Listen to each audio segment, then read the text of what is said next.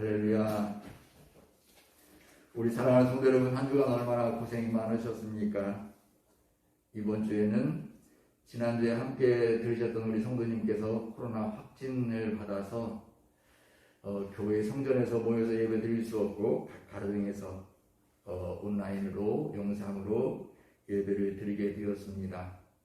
이제 우리 성도님께서 널리 양해해 주시고 우리 확진자들 그리고 몸이 불편하신 질고로 고통하는 우리 성도님들을 위해서 늘 기도해 주시기를 부탁을 드립니다. 오늘 하나님께서 우리에게 주시는 우리의 말씀은 4개 복음서에 동일하게 기록되어 있는 베드로가 예수님을 떠나고 배반할 것을 예수님을 부인할 것을 예고하는 말씀이지요. 우리 예수님은 6월절에 예루살렘 성 안에서 물동이 리고 가는 사람의 집에서 만찬을 나누십니다. 그때 떡과 포도주를 제자들과 함께 나누면서 예수님 십자가에 달려 죽으실 것과 부활하실 것을 예언하시고 떡과 포도주가 우리 예수님의 십자가의 죽으심과 부활을 의미하기 때문에 기념하라고 부탁하시지요. 그리고 이제 예루살렘 성에서 제자들과 밤에 나오십니다. 나오셔서 감람산에 이르렀을 때에 예수님께서 스가랴 선지자를 통해서 예언하신 말씀을 들어서 이제 예수님을 통해서 예수님이 붙잡히시면 모든 제자들이 다 떠날 것이다 라고 말씀을 하시지요. 그러나 예수님은 내가 다시 살아나면 갈릴리로 너희보다 먼저 갈 것이다 말씀하십니다. 그때 베드로가 당당하게 말하죠. 다 버릴지라도 나는 주님을 버리지 않겠습니다. 예수님은 이미 신성이 높으시기에 베드로의 앞날을 뻔히 내다보고 계십니다. 그래서 베드로가 어떻게 배반할 것인가 부인할 것인가를 아시고 그에게 다시 말씀하지요. 내가 진실로 너에게 이르노니 오늘 이 밤 닭이 2번 울기 전에 너는 3번 나를 부인할 것이다 라고 말씀하십니다. 그때 베드로는 힘있게 말합니다. 내가 주님 죽는 자리까지 내가 죽을지언정 주님을 배반하지 주님을 떠나지 않겠다고 호언장담하지요.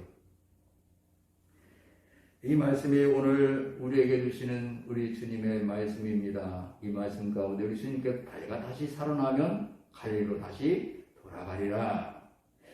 내가 살아나면 갈릴리로 너희보다 먼저 돌아갈 것이다 말씀하십니다. 그 말씀은 어떤 의미가 있는가? 그래서 제가 제목을 잡기를 호언장담을 넘어 죽음을 넘는 사명이라는 제목을 잡았습니다. 죽음을 넘는 사명. 오늘 이 본문 가운데는 우리 주님이 우리에게 주시고자 하시는 메시지가 무엇이 있을까?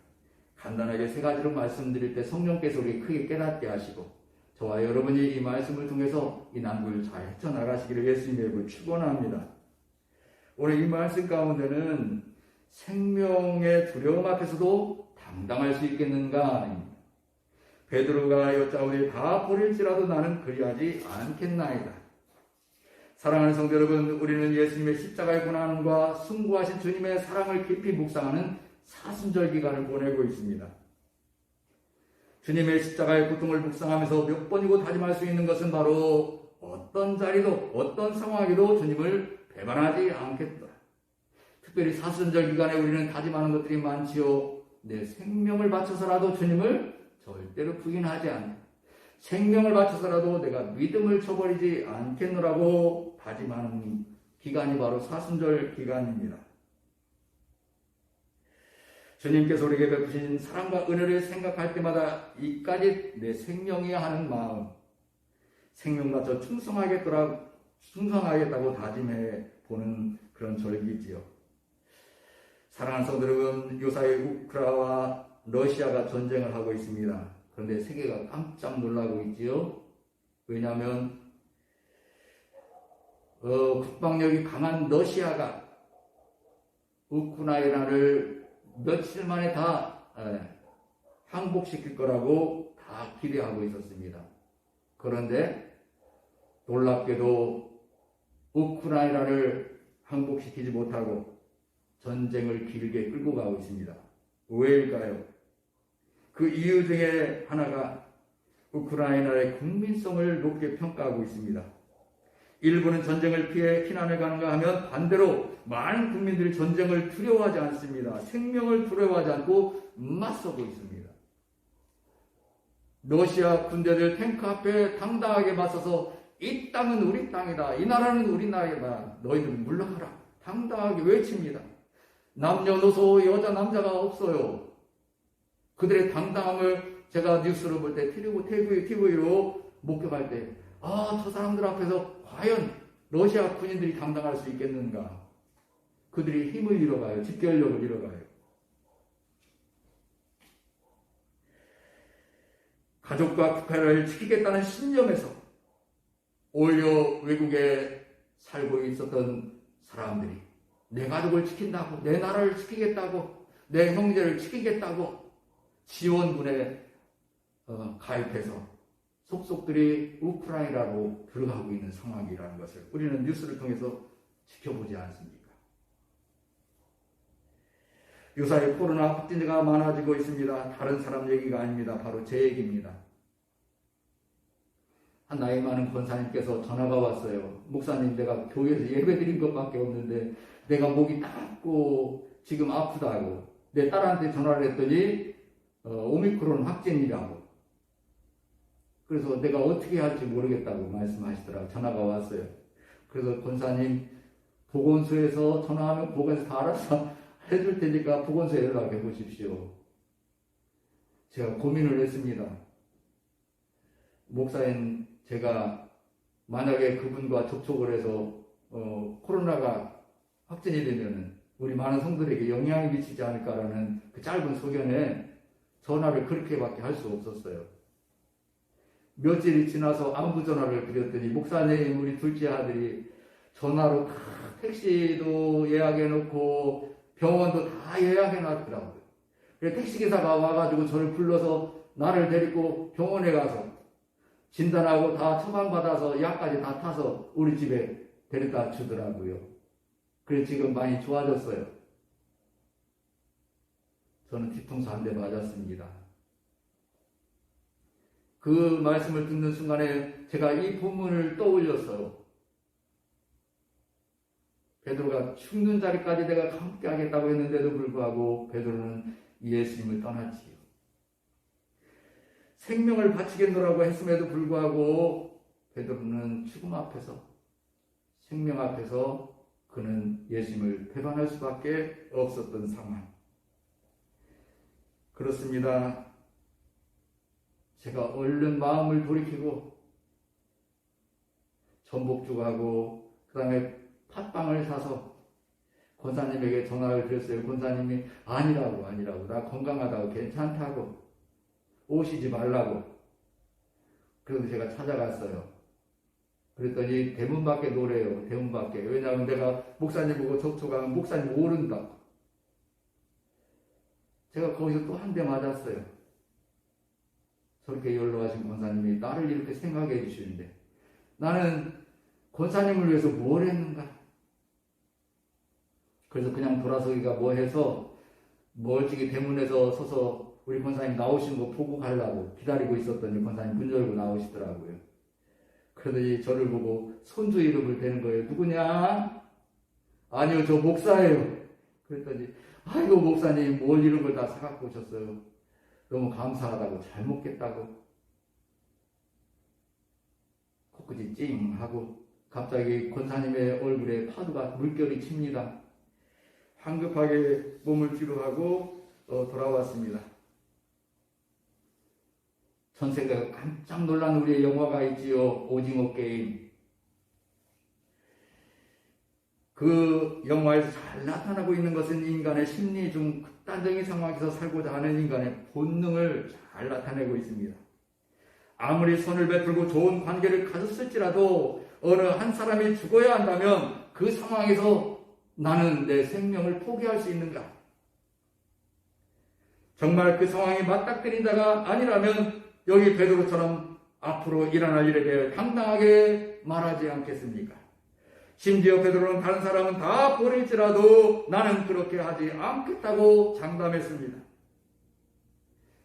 사랑하는 성도 여러분, 다른 사람과 나를 비교하지 말아야 하지 않습니까? 그런데도 불구하고 베드로는 당당하게 다른 사람은 나 버릴지라도 나는 절대로 떠나지 않겠습니다. 사랑하는 성도 여러분, 정말 우리는 죽음 앞에서 당당할 수 있는가? 생명 앞에서 당당할 수 있는가? 두 번째로 호언장담하지 말아야 합니다. 예수께서 이르시되 내가 진실로 내게 이르노니 오늘 이 밤 닭이 2번 울기 전에 내가 3번 나를 부인하리라. 아멘. 여기 예수께서는 하나님의 아들이시기 때문에 이미 그의 신성이 예수님의 여러 가지 기적을 통해서 이적 사건을 통해서 나타났습니다. 그럼에도 불구하고 베드로는 예수께서 앞니를 훤히 내다보시면서 베드로가 어떻게 할 것인가를 말씀해 주셨어요. 그런데 베드로는 당당하게 나는 절대로 주님을 버리지 않겠다고, 오히려 죽는 자리까지라도 내가 함께 하겠다고, 베드로가 힘있게 말하되 내가 주와 함께 죽을지언정 주를 부인하지 않겠나이다. 그러나 예수님은 내가 이 밤 닭이 2번 울기 전에 3번 나를 부인하리라. 여기에 숫자를 우리가 주의 깊게 생각해 보아야 돼요. 당시에 날이 샌다고 하면은 닭이 3번 울어야 닭이 샌다고 했습니다. 그런데 여기 예수님은 닭이 몇 번? 2번 울기 전에. 베드로는 몇 번 부인한다고요? 3번 부인한다. 이 이야기는 이미 날이 새기 전에 너는 나를 완전히 부인할 것이다. 사랑하는 성도 여러분, 다 버릴지라도 나는 절대로 버리지 않겠다고 베드로는 고백했어요. 사랑하는 성도 여러분, 우리가 창세기 15장 하나님과 아브라함의 언약의 횃불 언약을 잘 아시지 않습니까? 하나님은 인간의 성품을 잘 아십니다. 언약을 체결했을 때 누가 그 언약을 끝까지 지킬 수 있겠습니까? 하나님이겠습니까? 사람이겠습니까? 하나님은 창조주 전능하신 하나님이시기에 절대로 그 언약을 파괴하지 않습니다. 잊어버리지 않습니다. 그러나 인간은 한계가 있어요. 연약한 존재예요. 그러기에 우리 하나님은 인간이 연약함을 잘 아시고, 원래 그 언약은 고기를 잘라서 벌려놓고, 제단의 가운데를 잘라서 벌려놓고 그 사이로 계약자들이 손을 잡고 지나가는 거예요. 만약에 이 언약을 어기는 자는 이 고기와 같이 단절 쪼개질 것이다 라는 그러한 약속입니다. 그런데 하나님은 아브라함과 함께 이 횃불 언약을 수행하실 때, 아브라함이 깊이 잠들었을 때 하나님 홀로 횃불로 그 고기 사이로 지나가시면서 언약을 체결하셨어요. 할렐루야. 왜요? 아브라함의 연약함을 잘 아시기에. 이와 같이 우리 인간은 연약해요. 그럼에도 불구하고 여기 베드로는 당당했어요. 다 버릴지라도 그렇게 하지 않겠다. 아마 그 말을 내뱉은 때의 심정은 진심이었을 수 있습니다.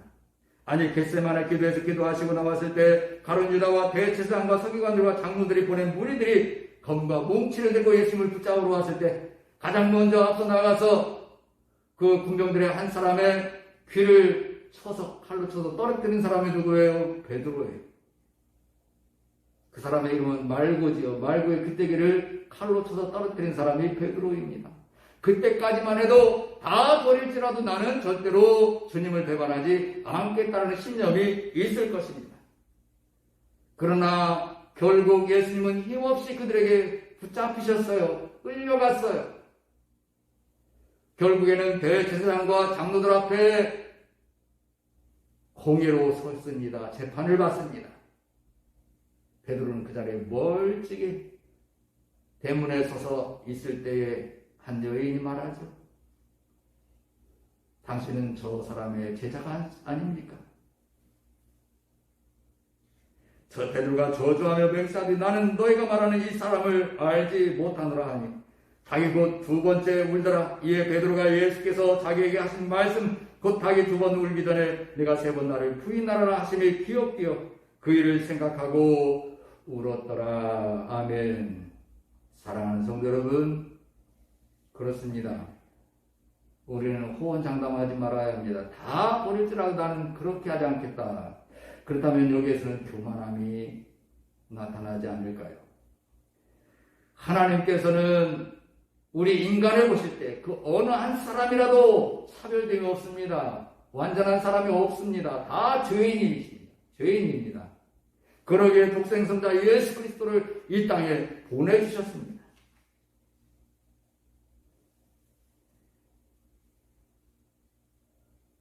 세 번째로 죽음을 넘는 사명입니다. 그러나 내가 살아난 후에 너희보다 먼저 갈릴리로 가리라. 아멘. 여기 우리 예수님께서 내가 살아나면 갈릴리로 너희보다 먼저 가리라 말씀하신 갈릴리는 어떤 곳인가요? 바로 예수님의 집이 있는 곳이에요. 예수님이 자라고 성장하고 활동하는 지역이 바로 고향인 갈릴리예요. 갈릴리에서 우리 예수님은 제자들을 부르셨고 갈릴리에서 수많은 사람들에게 때가 가까웠으니 회개하고 복음을 믿으라. 하나님 나라가 가까이 왔노라. 많은 사람들에게 복음을 증거하며 질병에 노출된 사람들, 굶주린 사람들, 가난한 백성들을 찾아다니며 하나님의 복음을 증거하고 그들을 만나시며 그들을 위로하고 축복해 주셨습니다. 그곳이 바로 갈릴리입니다. 사랑하는 성도 여러분, 이 갈릴리는 하나님의 복음을 시작하는 하나님의 구원의 메시지가 선포되는 복음이 선포된 지역이 바로 갈릴리입니다.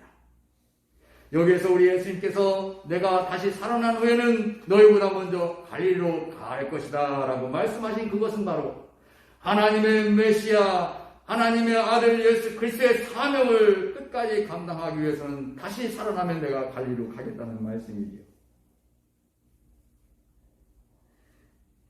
우리의 구원하신 하나님의 은혜와 축복이 우리의 죽음으로 끝나는 것이 아니라는 것을 말씀하고 있습니다. 예수님이 죽음으로 그 복음이 끝나는 것이 아니라 다시 살아나서 다시 갈릴리에서 하나님의 복음을 증거하시겠다고 말씀하시는 것이에요. 그렇기 때문에 내가 먼저 그곳으로 가리라. 그래서 부활하신 예수님은 갈릴리에서 제자들을 만나셔요. 예루살렘에서 만나시지 않았어요. 겟세마네 동산에서 만나지 않으셨어요. 예수님은 부활하신 후에 아무도 만나지 않으시고 갈릴리로 가셔서 갈릴리에서 제자들을 만나셨던 것을 우리는 마태복음, 마가복음에서 기록하고 있어요.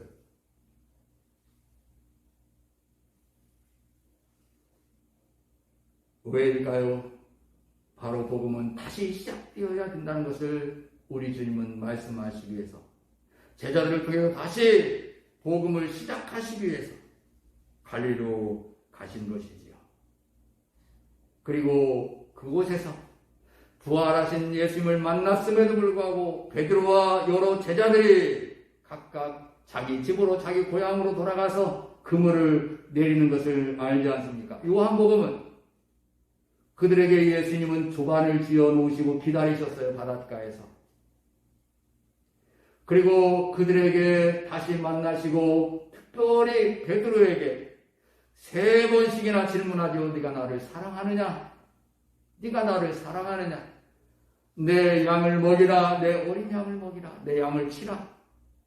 사랑하는 성도 여러분, 그곳이 바로 어디라고요? 갈릴리예요. 갈릴리.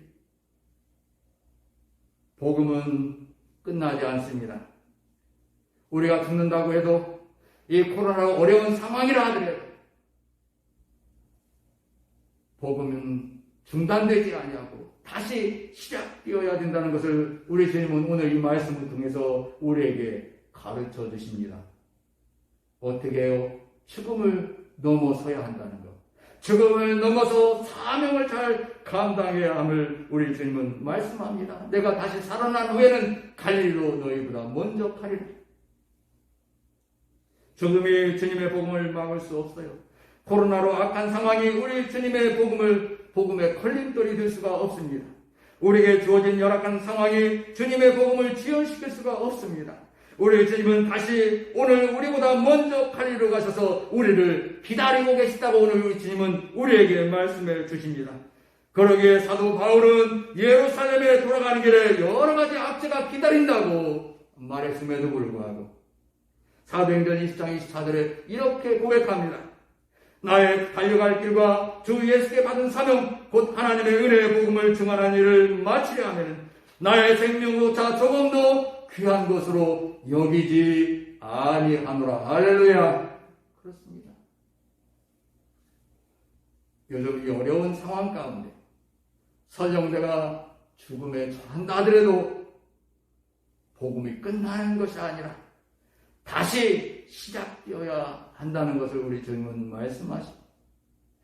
생명 넘어 이 사명을 잘 감당해야 함을 우리 주님은 다시 한번 우리에게 말씀해 주시는 줄로 믿습니다. 우리 참된 교회가 비록 오늘 각 가정에서 예배 드리지만 다시 갈릴리로 돌아가셔야 될 줄로 믿습니다. 그것은 바로 거룩하신 하나님의 성전이요 이 예배당에서 하나님의 복음이 시작되어야 됨을 말씀해 주시는 줄로 믿습니다.